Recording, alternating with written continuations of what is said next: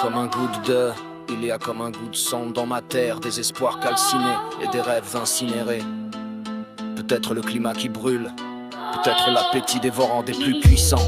Il y a comme un goût de peur chez les enfants. Les petites filles étouffent des cris derrière les maisons, et les petits garçons sur le chemin de l'école sont dépouillés de leur courage naissant.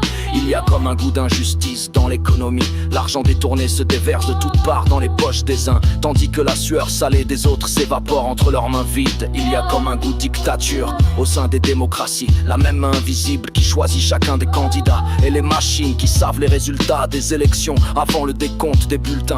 Il y a comme un goût de divorce avant même le mariage, une voix métallique qui résonne au cœur de la société et qui déclare une guerre à perpétuité entre les hommes et les femmes. Il y a comme un goût d'ignorance dans l'opinion publique, quelque chose de desséché dans les informations mainstream et quelque chose de prématuré dans les conclusions du tout venant.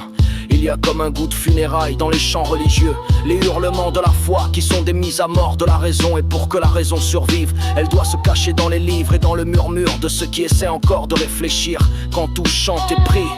Il y a comme un goût de trahison dans les amitiés. Les grandes amitiés sont mortes avec le passage du bac, et elles ont été remplacées par les grandes ambitions et les grandes jalousies, par le poison de la comparaison douloureuse.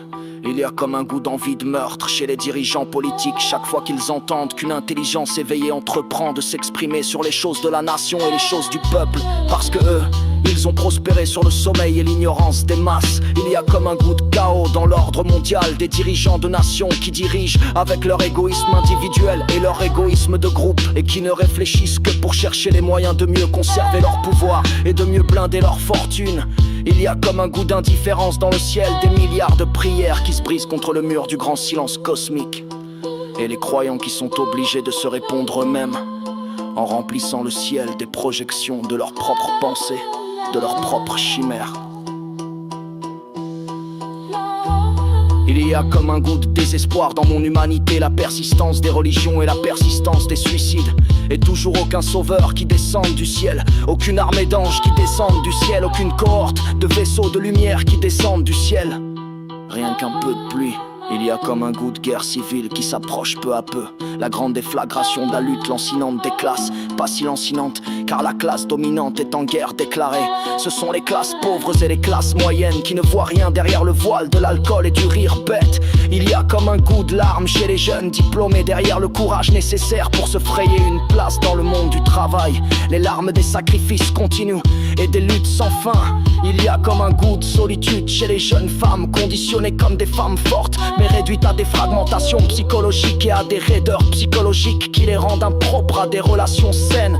Il y a comme un goût de résignation chez les activistes, le peuple qui ne se lèvera jamais comme un seul homme, aucun mot d'ordre qui ne soulèvera quiconque par la seule force de sa pertinence, tandis que l'abrutissement trouve un écho sous chaque toit et dans chaque profil.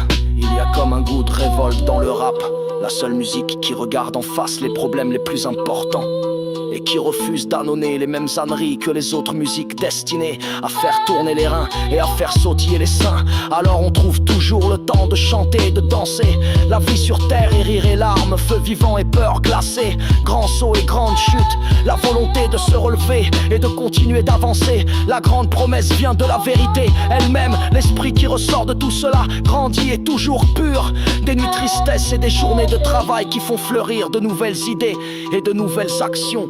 Des temps de bonheur qui se dilatent au fur et à mesure en gagnant du terrain sur les revendications de la souffrance.